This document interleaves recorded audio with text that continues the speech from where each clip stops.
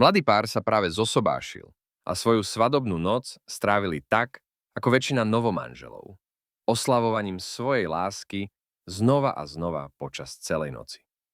Na druhý deň ráno išiel manžel do sprchy, zatiaľ čo jeho nová manželka si oddychovala v posteli. Keď skončil, uvedomil si, že si zabudol zobrať uterák. Zlato, môžeš mi prosím priniesť uterák? Zakričal. Manželka prišla do kúpeľne s uterákom v ruke. Keď otvoril dvere, aby si ho vzal, stál tam. Celý mokrý a úplne nahý. Jej oči sa rozšírili. Pozrela dole, potom hore a znova dole a zastavila sa v polovici.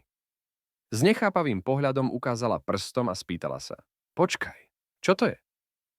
Muž na chvíľu zaváhal, trochu v rozpakoch a odpovedal. To je to, s čím sme sa včera v noci tak zabávali. Žena sa na chvíľu zamyslela, vyzerala ešte zmetenejšie a potom sa nevinne opýtala. A to je všetko, čo z toho zostalo? Môj vnuk prišiel zo školy a povedal, že učiteľka ich učila číslovky.